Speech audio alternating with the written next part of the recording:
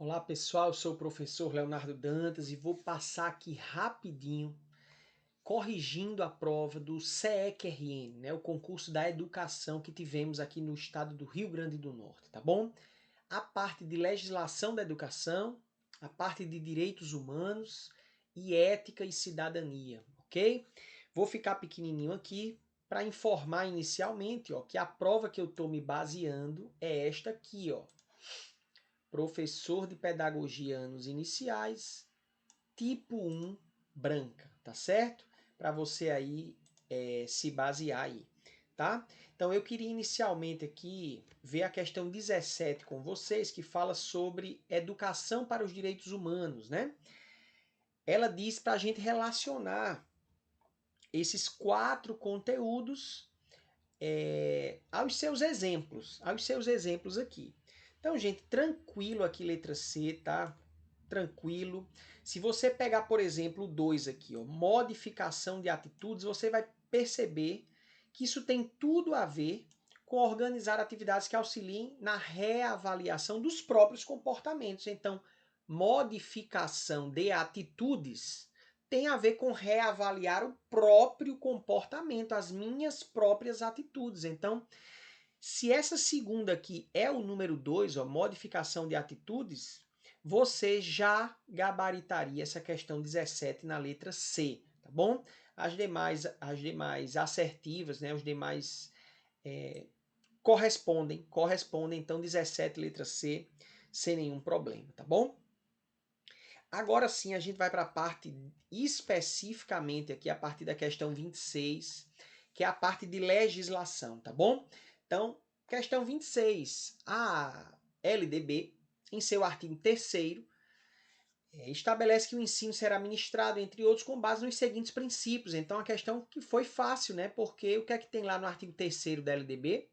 Consideração com a diversidade étnico-racial. Então, desconsideração, claro que não, pediu a errada, 26, letra D. Vamos para 27 aqui, também de acordo com a LDB. Ela se refere ao artigo 5º, ó, aqui em cima, e todas essas assertivas aqui, 1, 2, 3 e 4, estão corretas.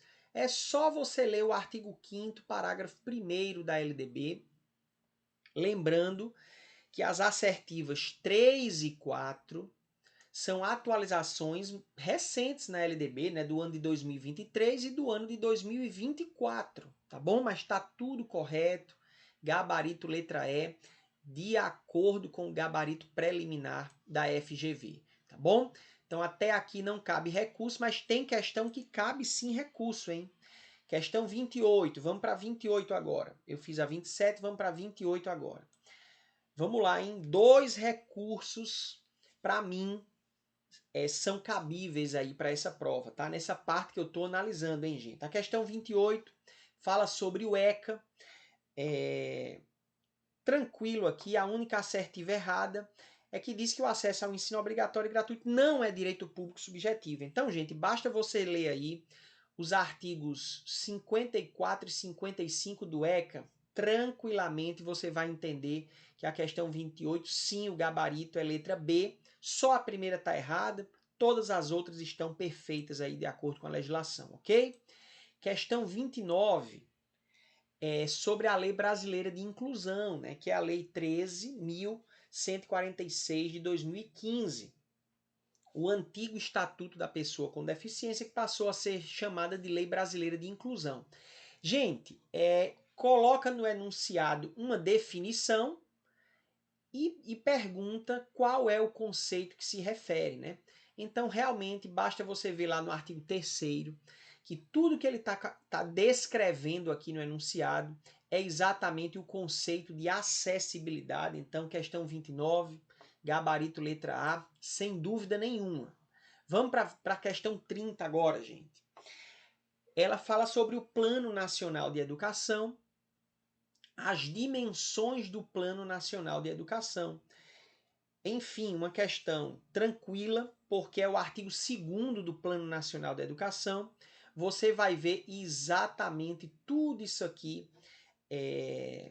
lá no Plano Nacional de Educação, tá bom? Então, realmente, gabarito letra E da questão 30, Artigo 2º, hein?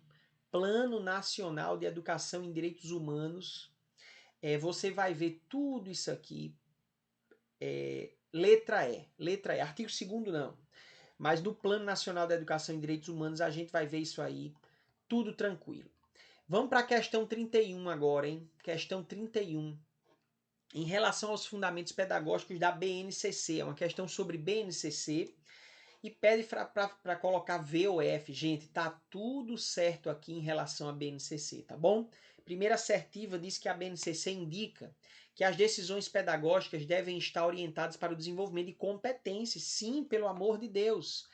A BNCC trabalha exatamente com as competências, desenvolver competências. E o que são competências, gente? Envolve o saber e o saber fazer. Não adianta apenas eu saber os conteúdos teoricamente se eu não conseguir aplicá-los na prática para a transformação da sociedade. Então, realmente, por meio da indicação clara do que os alunos devem saber, e não somente isso, e do que devem saber fazer, a explicitação das competências, competências é isso.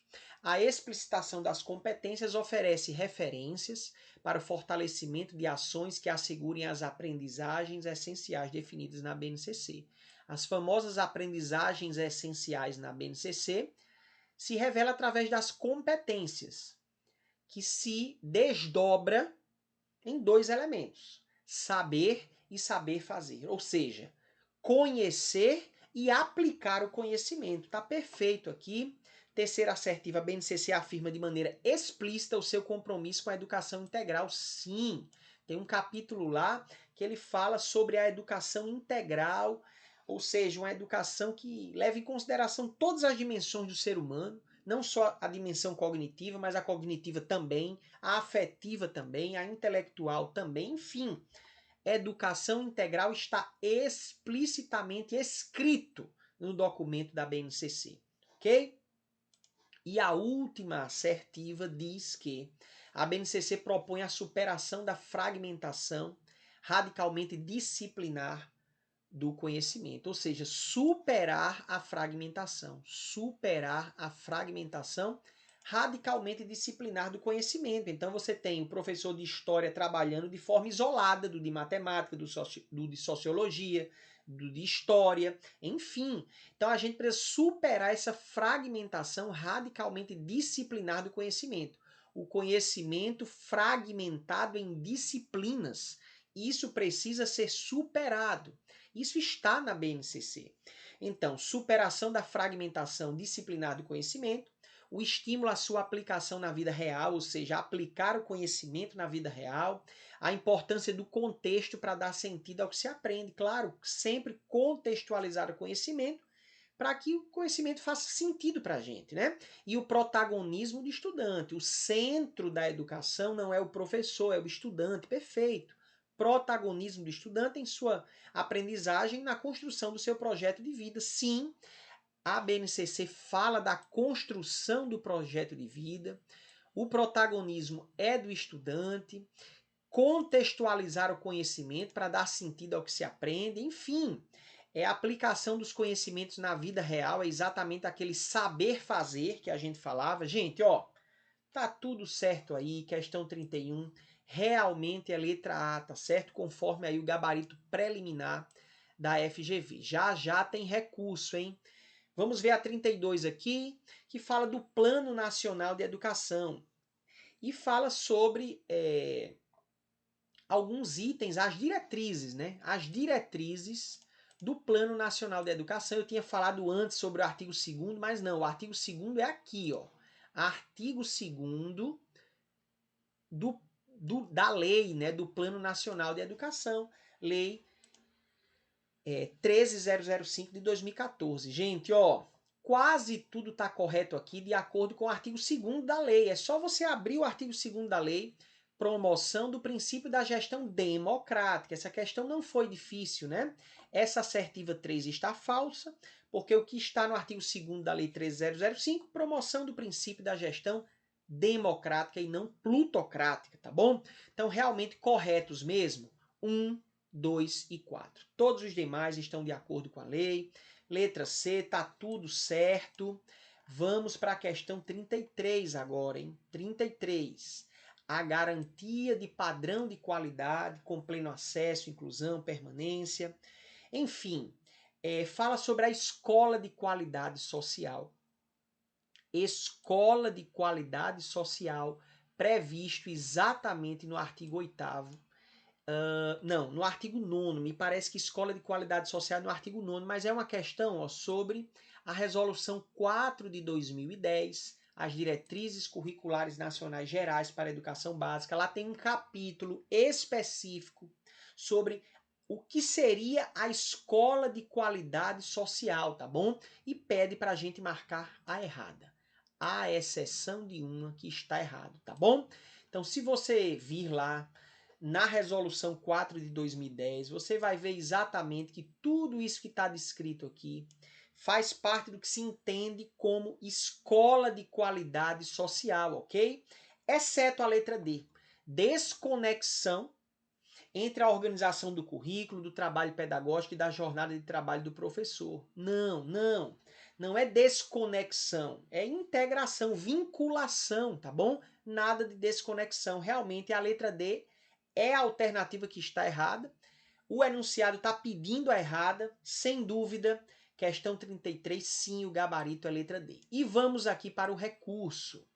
Cabe recurso na questão 34. Foi apenas um erro grosseiro, né, da FGV. Ela se atrapalhou, é isso que eu quero dizer. Foi atrapalhou, meramente se atrapalhou. Ela vai corrigir sim esse gabarito. Você faça o seu recurso, tá bom? Fala sobre a LDB, artigo 22 da LDB. Sim, a educação básica poderá se organizar em séries anuais, ciclos semestrais, alternância regular. Tá perfeito isso aqui. A terceira assertiva é falsa, grosseiramente falsa, porque colocou a carga horária toda errada aí, né? Com a atualização que a gente teve na LDB em 2024, o ensino fundamental passou a ser 800 horas, voltou a ser 800 horas, o ensino médio voltou a ser 1.000 horas, né? E 200 dias de efetivo trabalho escolar. Então, realmente, todos os números aqui da terceira assertiva estão todos errados. A questão aqui foi a segunda, gente. Foi essa aqui, ó. Foi essa aqui, que a banca considerou correta, mas foi um erro super grosseiro. Ela vai voltar atrás, ela vai corrigir o seu gabarito, mas para isso você precisa fazer seu recurso, tá? O calendário escolar não deverá se adequar às peculiaridades locais, inclusive climáticas e econômicas? Sim, deverá se adequar. Então tá erradíssimo aí, grosseiramente errado. Tá bom, gente? Qual é o fundamento do recurso, hein? É esse aqui, ó. Tá aqui escrito, ó. Lei 9394 de 1996, a nossa LDB, artigo 23, parágrafo 2º. Tá claro aí, ó. O calendário escolar deverá adequar-se às peculiaridades locais, inclusive climáticas e econômicas, a critério do respectivo sistema de ensino. Então, deverá adequar-se. O que é que está escrito aqui? Não deverá adequar-se. Então, não tem erro. Faça o seu recurso, transcreva do jeito que eu fiz aí, exatamente o artigo 23, parágrafo 2º da LDB e vai dar tudo certo, tá bom? O gabarito preliminar da FGV marcou letra B, tá totalmente errada, porque a segunda assertiva está falsa. O gabarito correto, sim, é letra E, tá bom? Faça seu recurso e aqui vai dar tudo certo, mas com certeza vai dar tudo certo, tá bom? Vamos para a questão 35 aqui. Princípios e fins da educação nacional dentro da LDB, pelo amor de Deus, né? Artigo 2º, artigo 3º, enfim, tá tudo certo aqui, tá bom? A educação é dever da família e do Estado, né? Inspirada nos princípios de liberdade, nos ideais de solidariedade humana e as 3 finalidades da educação. O ensino será ministrado com base, entre outros, nos seguintes princípios. Tudo certo aqui em relação aos princípios. É só você ver o artigo 3º da LDB. E a terceira assertiva, artigo 4º da LDB, né? Dever do Estado com a educação básica pública. Será efetivado mediante a garantia da educação básica obrigatória. Educação obrigatória dos 4 aos 17 anos, na pré-escola, fundamental e médio, Tá tudo certo aqui, ó. Artigo 4º, inciso 1º da LDB. Artigo 3º da LDB aqui na segunda assertiva. E artigo 2º aqui, a primeira assertiva, tá? Em relação aos princípios e fins da educação nacional, bem, o gabarito é letra E. Eu vou até deixar aqui uma possibilidade de recurso só se você errou, tá certo? Só se você errou. Por quê? Como é que você pode recorrer caso você tenha errado? Olha, o enunciado fala princípios e fins da educação nacional. Os princípios e fins da educação nacional estão nos artigos 2º e 3º, tá? Estão nos artigos 2º e 3º da nossa LDB. O que é que você pode argumentar caso você tenha errado essa questão? Só se você errou. A terceira assertiva, está ela aqui, não se refere a princípios e finalidades da educação nacional, conforme está no enunciado, tá? Isso aqui é artigo 4º, isso aqui é artigo 4º, está de acordo com a LDB, mas de acordo com o artigo 4º. Artigo 4º não é princípios e fins, é deveres do Estado. Tá bom? De repente, você cria esse argumento aí, mas só se você errou. De todo modo, aqui eu acho mais difícil da FGV querer aceitar os recursos, tá? Enfim, porque está perfeitamente de acordo com a lei. Enfim, vamos ver o que dá, né? Se você errou, presta atenção. Se você errou, o não você já tem. Você não perde por recorrer. Tá certo? Você não perde por recorrer. Vamos à luta aqui. Agora a gente entra na parte de direitos humanos, ética e cidadania, a partir da questão 36. Foi uma disciplina um pouco mais trabalhosa, eu confesso, né? Exigiu a interpretação do texto aqui, né? Que fala que não existe índio no Brasil, e eu destaquei apenas essas 3 partes aqui que eu sublinhei em verde para você, tá bom? É o relato oral de uma indígena, né? Nunca existiu índio no Brasil e vai continuar não existindo índio no Brasil. Essas pessoas até hoje não se autoafirmam indígenas, mas usam a categoria indígenas que foi criada pelo colonizador para garantir direito.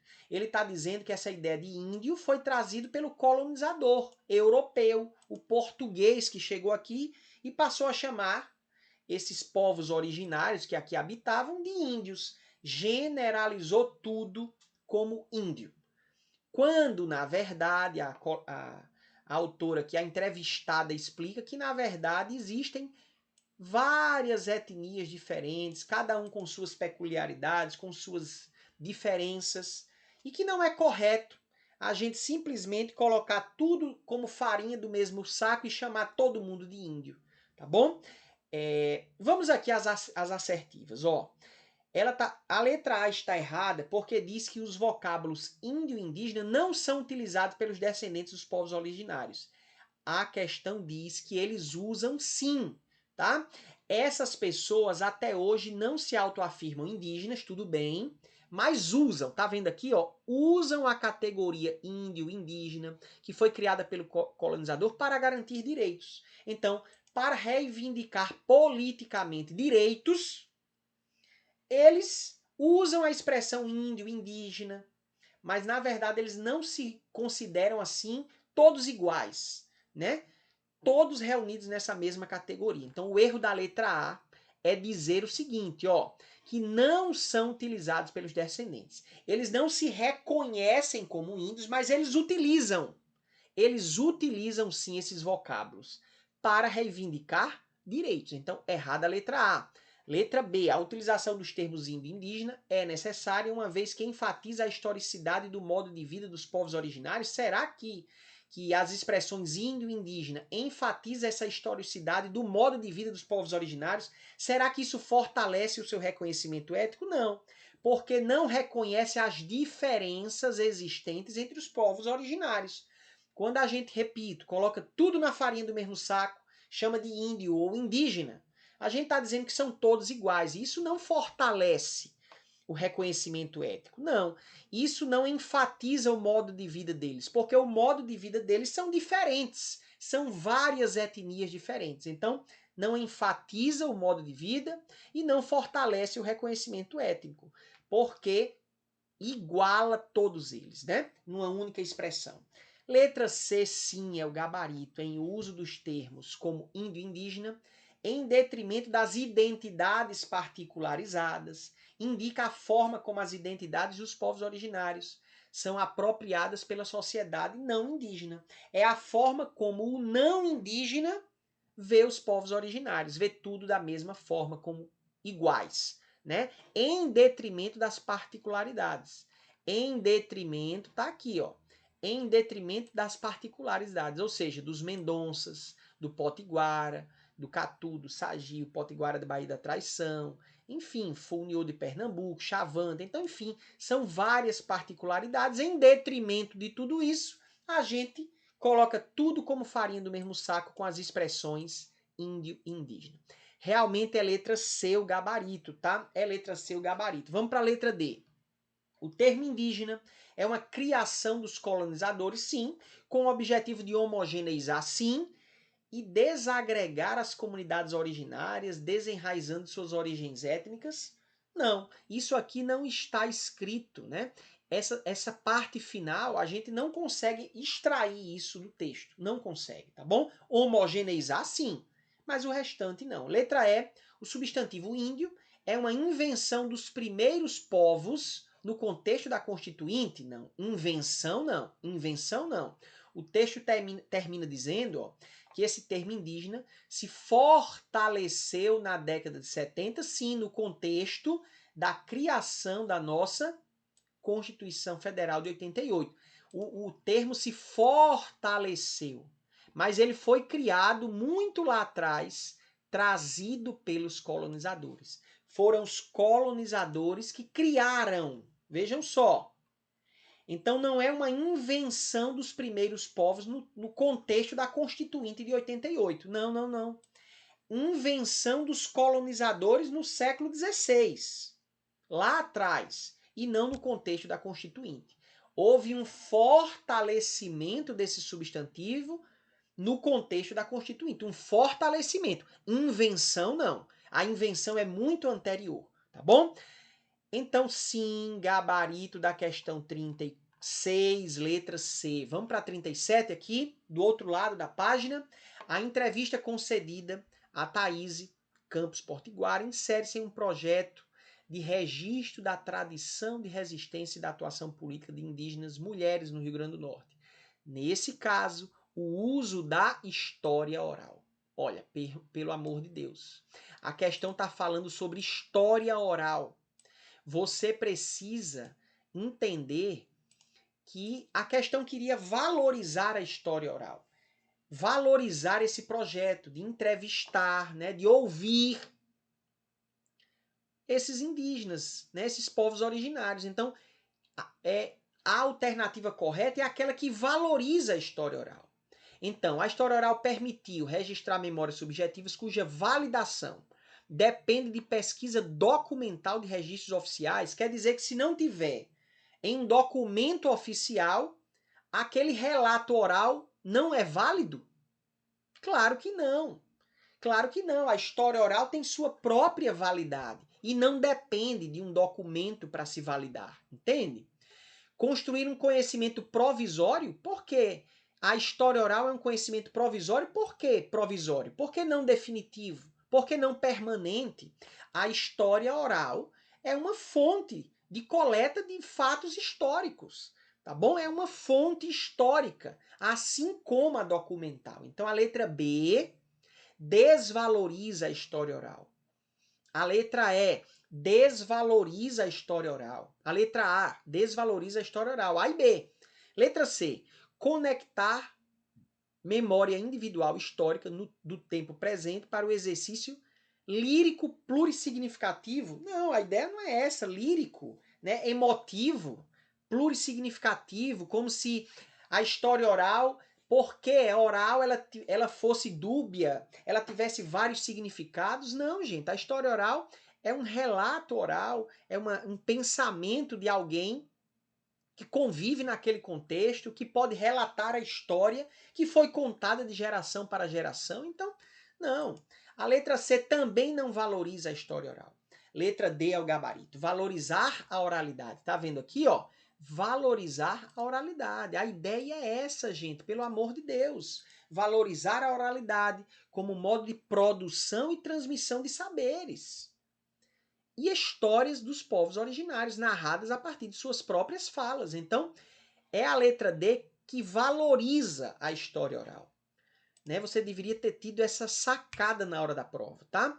Dar voz às questões feministas indígenas e a autoafirmação de gênero mediante uma entrevista opinativa. Tá vendo que essa expressão aqui, entrevista opinativa, não valoriza a história oral. É como se fosse, ó, tu tá falando aí, mas é só tua opinião. Não quer dizer que isso tem correspondência histórica, correspondência com a verdade. Você entende?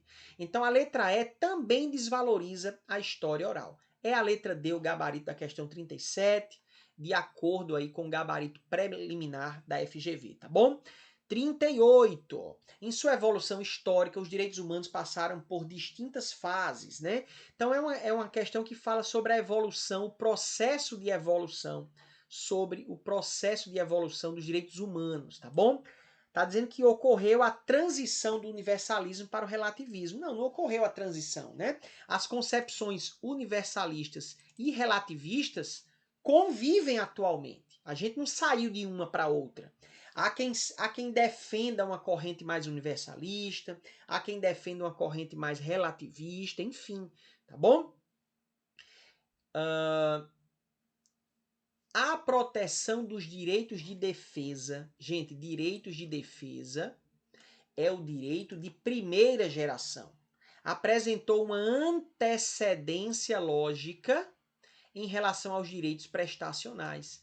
Direitos prestacionais são os direitos de segunda geração. Então, os de primeira geração têm uma antecedência lógica em relação aos direitos de segunda geração. Então, o gabarito é letra B, porque diz que os direitos de primeira geração têm uma antecedência lógica aos direitos de segunda geração. Há uma certa correspondência até mesmo histórica, tá bom? Veja, sendo que a letra B não escreveu primeira geração e segunda geração. Se tivesse escrito isso, primeira geração ou dimensão, antecede a segunda geração ou dimensão, ficaria até um pouco mais fácil, né? Mas ele colocou o sinônimo, direitos de defesa e direitos prestacionais, tá bom? Então há uma antecedência lógica, há uma crítica até em relação a isso, alguns autores nem concordam com essa ideia, mas de algum modo se também convenciona dessa forma, tá? Uma antecedência lógica. Perceba que a questão não fala de uma antecedência necessariamente histórica, né? Mas uma antecedência lógica, sim, porque dentro dessa lógica a gente classifica, né, os direitos humanos em primeira, segunda, terceira, quarta, quinta geração, não é verdade? Então, há sim uma antecedência pelo menos lógica, no sentido de teórica, né, em relação aos direitos humanos. Bem, gabarito 38, letra B, eu concordo com esse gabarito, tá bom? Ele fala na letra C que após o surgimento dos mecanismos regionais de proteção de direitos humanos, desenvolveu-se o direito humanitário. Não, após não. O direito humanitário vem antes dos mecanismos regionais de proteção, tá bom? Direito humanitário remete à Primeira Guerra Mundial e os mecanismos regionais de proteção de direitos humanos remetem à segunda, após a Segunda Guerra Mundial. Tá bom? Então não é após, é antes. Deveria ser antes. Então tá errada a letra C. Letra D diz que apesar das Ligas das Nações ter restringido os direitos humanos, eles se desenvolveram no plano consuetudinário após a Primeira Guerra Mundial. Bem, a Liga das Nações não se restringiu só à proteção dos direitos humanos, tá? A Liga das Nações tiveram outros objetivos relacionados ao fim da Primeira Guerra, não se restringiu apenas aos direitos humanos, tá? E ele não se desenvolveu só no plano consuetudinário, tá certo? É um documento, né? Foi criada formalmente a Liga das Nações, então não se desenvolveu só no plano dos costumes, tá bom? Então é um erro afirmar isso na letra D. E letra E, com o segundo pós-guerra, ou seja, após a Segunda Guerra Mundial. O segundo pós-guerra significa após a Segunda Guerra Mundial. Ocorreu a imediata retração no processo expansivo dos direitos humanos? Não, não, não. Após a Segunda Guerra, a gente experimenta um processo de universalização dos direitos humanos, né? De internacionalização dos direitos humanos. Após a Segunda Guerra, a gente começa um processo de internacionalização dos direitos humanos e não sua retração, pelo contrário, sua expansão, tá bom? Então, sim, 38, letra B. Vamos à luta aqui. 39. João, diretor de certa estrutura estatal, recebeu um processo administrativo para prolatar uma decisão, enfim. Esse enunciado aqui fala que a decisão dele se baseou no viés utilitarista, né? Na ética, numa concepção ética utilitarista. Gente, o que é o utilitarismo? É você considerar o bem de todos, é você considerar a felicidade do maior número de pessoas. Então, incontestavelmente, a alternativa que corresponde ao viés utilitarista da ética é a letra C, felicidade do maior número de pessoas, tá? Esse é o viés utilitarista. Então, todas as demais estão erradas, tá? Então, é olhar para o todo, é olhar não só para mim. O certo, o ético para o viés utilitarista é o que obtém uma felicidade para o maior número de pessoas, tá bom? Em detrimento das posições individuais. Essa é a ideia do utilitarismo. Então, 39, sim, letra C. Vamos aqui à última questão que eu vou analisar e eu oriento você a recorrer na questão de número 40, tá? Cabe sim recurso. Questão 40. Antônio foi condenado por uma sentença criminal transitada em julgado. Vejam só, sentença criminal transitada em julgado. Cometeu um crime e o processo criminal finalizou. O processo criminal terminou. Isso a gente chama de sentença transitada em julgado. O processo chegou ao fim, tá bom? E o Antônio foi lá condenado por um crime, tá? Pela prática de determinada infração penal. Um crime, durante o cumprimento da pena, que iria se extinguir em 2 anos, decidiu que iria iniciar sua carreira política. Então ele estava cumprindo a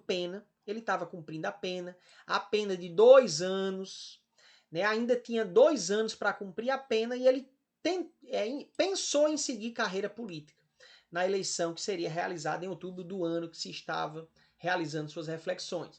No entanto, ao analisar a sistemática prevista em nossa ordem constitucional, o que está previsto na nossa Constituição, ele constatou que os seus direitos políticos estavam suspensos. Sim, é verdade, né? Enquanto tiver durando, deixa eu ficar grande aqui. Enquanto tiver durando os efeitos da chamada sentença penal condenatória transitada em julgado, a gente tem os nossos direitos políticos suspensos. Tá bom? E aí, Antônio estudou a Constituição e viu que realmente os seus direitos políticos estavam suspensos. E ele diz, direitos políticos suspensos significa o quê? À luz dessa narrativa, é correto afirmar em relação a Antônio, que, em uma perspectiva jurídica, que ele não poderá exercer sua cidadania nas acepções ativa e passiva. Sim, é verdade. Ele não poderá exercer sua cidadania nas acepções passiva, ativa e passiva. Ou seja, no viés jurídico, o que é a cidadania ativa? Votar. E o que é a cidadania passiva? Ser votado. Então, se os direitos políticos dele estão suspensos, ele não pode participar das eleições, nem votando, cidadania ativa, nem sendo votado, se candidatando para receber o voto das pessoas. Então, direitos políticos suspensos realmente não pode exercer nem a cidadania ativa, nem a cidadania passiva. Então, as demais alternativas fica dizendo que pode uma coisa, mas não pode outra. Não, na verdade não pode as duas, tá? Nem se candidatar, nem votar, nem ser votado, enfim, tá bom? Ele nem pode ser eleitor, nem pode ser candidato. Bem, gente, por que cabe recurso? Apesar de estar correta a letra A. Realmente está correta a letra A. É o gabarito preliminar da FGV, mas eu acho que cabe recurso e é dentro daquela concepção, vou ficar grande aqui, sempre dentro daquela concepção. O não a gente já tem. Se você errou a questão 40, recorra, meu amigo, recorra, minha amiga, porque o não você já tem. A ideia é tentar melhorar a sua vida, né? Pior do que tá, não vai ficar. Quando a gente recorre, não piora a nossa situação. Ou fica como tá, ou melhora, se o recurso for aceito, não é verdade? Então, se você errou, recorra. Se você errou, recorra. E o que é que eu sugiro você argumentar no seu recurso, tá? Primeiro dizer que realmente isso a resposta a essa questão, está aqui, ó, na Constituição Federal, na parte lá dos direitos políticos, no artigo 15. É vedada a cassação dos direitos políticos, cuja perda ou suspensão só se dará nos casos de... E tem um terceiro caso lá, condenação criminal transitada em julgado, enquanto durarem seus efeitos. Então, de fato, a questão mostra exatamente uma condenação criminal transitada em julgado, enquanto duravam os seus efeitos, que ainda faltava 2 anos. Nessa situação, você tem os seus direitos políticos suspensos. Então, realmente, a Constituição Federal, no artigo 15, inciso 3º, responde a essa questão. Mas veja, o que diz o edital? O edital diz o seguinte, ó. O edital diz o seguinte: lá, cidadania, cidadania e participação, conceito e evolução da cidadania, cidadania ativa, tudo bem, ó, cidadania ativa, direitos e deveres dos cidadãos, mecanismo de participação política e social, eleições, coloca até as eleições, movimentos sociais e participação comunitária, educação para a cidadania, enfim. Nessa parte aqui de mecanismo de participação política e social, eleições, cidadania ativa, tem a ver com essa questão, tem a ver. Mas, gente, pelo amor de Deus, aqui eu entro no fundamento do recurso. O conteúdo é muito específico para o que prevê o edital. O conteúdo exige um conhecimento específico da Constituição. Como eu escrevi, ó, se é para cobrar conteúdos específicos de direito constitucional, porque isso é um conteúdo específico de direito constitucional. A gente estuda isso em direito constitucional, na parte lá de direitos políticos, a gente vai ver os dispositivos lá, o artigo 15. Então, poxa, se é para cobrar do candidato o conhecimento do artigo 15 da Constituição, suspensão dos direitos políticos, que coloque isso no edital. Então, se é para cobrar conteúdos específicos de direito constitucional, que a Constituição Federal esteja explicitamente prevista no edital. O edital deve ser claro nos conteúdos que serão exigidos, tá bom? Então ficou muito vago. Ficou muito vago apenas por essas indicações aqui sobre cidadania, cidadania, cidadania, que a banca estaria cobrando da gente um estudo de direito constitucional, tá bom? Então, se é para cobrar direito constitucional, coloque lá. Constituição Federal, direitos políticos, enfim, tá bom? Então, cabe recurso. Bem, não tenho certeza se a FGV vai voltar atrás, se vai mudar o seu gabarito. Afinal de contas, ela pode simplesmente dizer, ó, tá dentro aqui dessa parte de cidadania, era para você ter estudado. Né? Mas eu acho que é muito mais razoável entender o seguinte, ó, se é para cobrar algo específico, mencione no edital. Tá legal? Então é isso. Essas razões de recurso. Lembrando aqui, vou até voltar para a gente só relembrar os recursos agora rapidamente, tá? O primeiro recurso, eu nem lembro de qual questão foi, aqui a 34, né? Um recurso grosseiro, um erro grosseiro da banca, aqui ela vai voltar atrás. A questão, deixa-me ver aqui, deixa eu voltar aqui. A questão 35, de repente você pode recorrer, dizendo que a terceira assertiva está no artigo 4º, deveres do Estado, então não diz respeito ao tema previsto no enunciado. E, por fim, a terceira questão que eu sugiro algum recurso aí para vocês, dizer que o conhecimento aqui é muito específico de direito constitucional. E não tinha como a gente simplesmente subentender isso com segurança com a leitura genérica do edital, tá bom? Em relação a isso, bem, gente, é isso. Espero ter ajudado você aí.